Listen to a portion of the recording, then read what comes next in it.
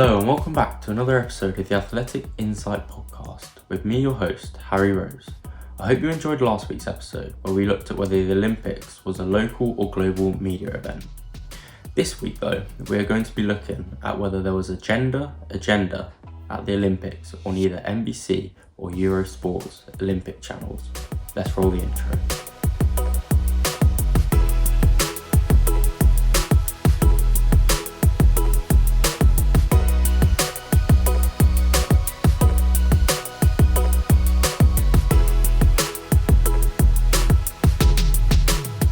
Okay, so before we start, we need to understand what an agenda setting actually is. I understand it as the media shaping the public's opinions by deciding what topics and issues are given the most time and attention on their media channels. At the Olympics, there has always been a big disparity between men and women, not just in the media, but in all aspects of female involvement at the Games.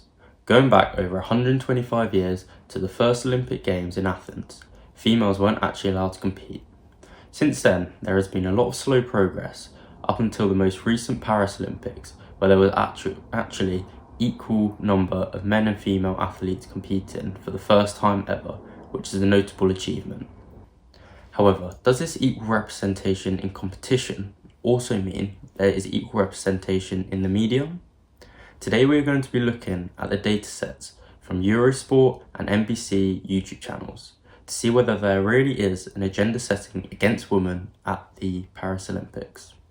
Firstly, let's take a look at week's data from NBC's YouTube channel during the Olympics.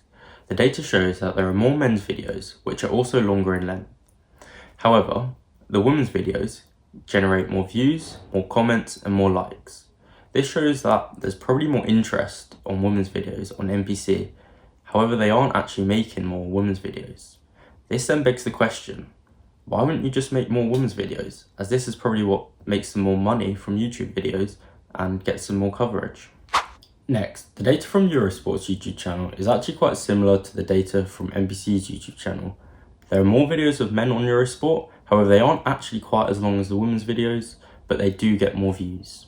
On the face of it, it would seem that there isn't actually much of a gender agenda.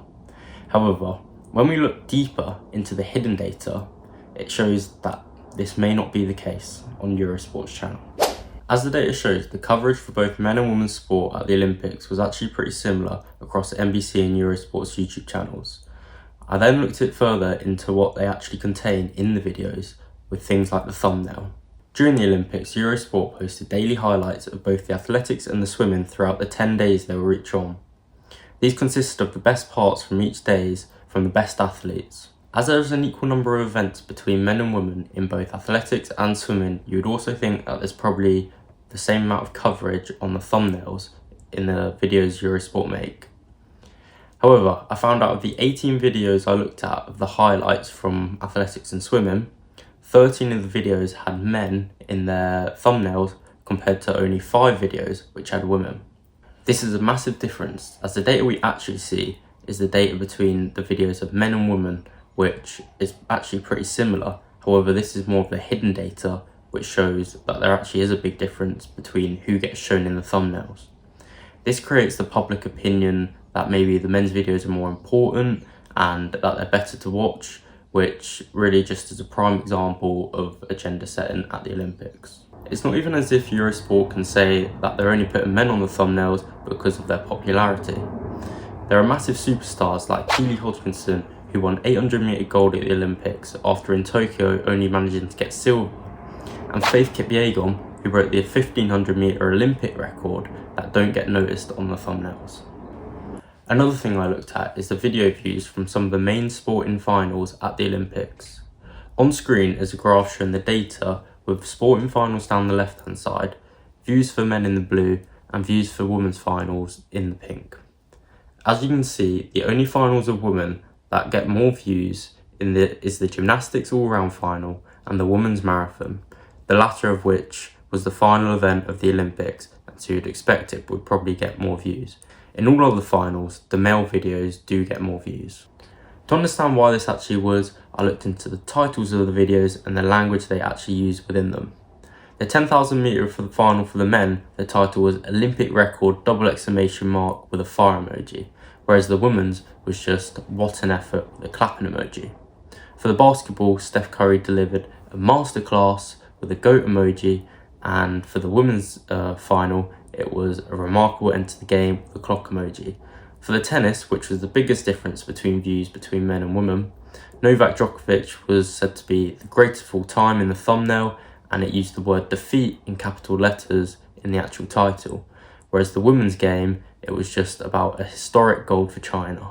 This sort of language gives the impression to the public that the men's games and races are more of a battle and that the athletes are more amazing to watch, which therefore means people are more likely to click on the video.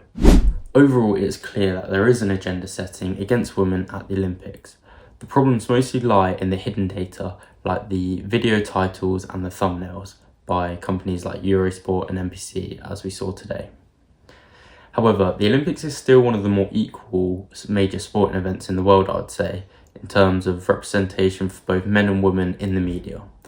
I now challenge you to go and look at different media outlets and compare a sport that men and women's competition don't happen at the same time, like the men's FIFA World Cup compared to the women's FIFA World Cup. And I'm sure you'll see that there is an even greater difference between them. Thank you very much for watching this week's episode of the Athletic Insight podcast. I hope you enjoyed, and I'll see you next week.